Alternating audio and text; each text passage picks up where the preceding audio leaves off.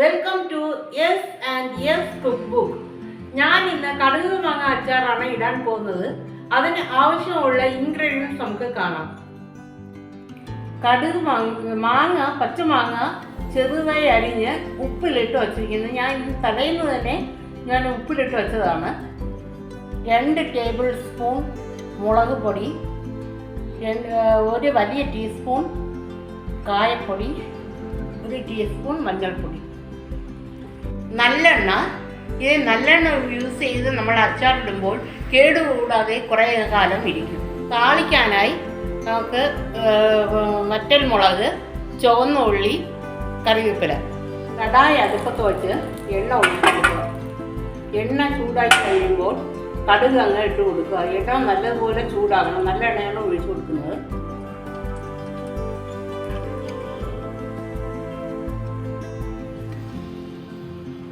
എണ്ണ ചൂടായി കഴിഞ്ഞപ്പോൾ കടുക് ഇട്ട് കൊടുക്കുന്നു. കടുക് പൊട്ടിയതിന് ശേഷം നമുക്ക് ഉള്ളി, വറ്റൽ മുളക്, കറിവേപ്പില ഇട്ട് കൊടുക്കും. കടുക് പൊട്ടുന്നു. ഇനി നമ്മൾ വറ്റൽ മുളകും ഉള്ളിയും ഇട്ട് കൊടുക്കാം.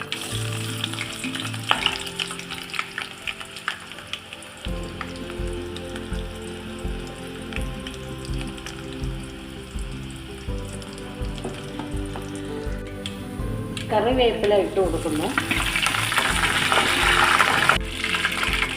മാങ്ങ ഇട്ട് കൊടുക്കുന്നു. ഇതിൽ ഉപ്പ് നേരത്തെ തന്നെ ഇട്ട് കൊടുത്തുകൊണ്ട് ഇടയിൽ നമ്മൾ ഇട്ട് കൊടുക്കേണ്ട ആവശ്യമില്ല.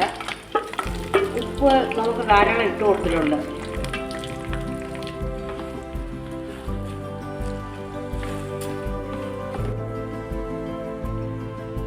മുളക് പൊടി ഇട്ട് കൊടുക്കുന്നു.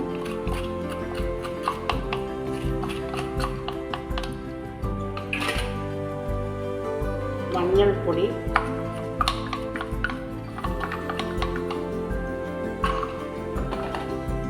കായപ്പൊടി എല്ലാം ചേർത്ത് മിക്സ് ചെയ്ത് ഇളക്കുക.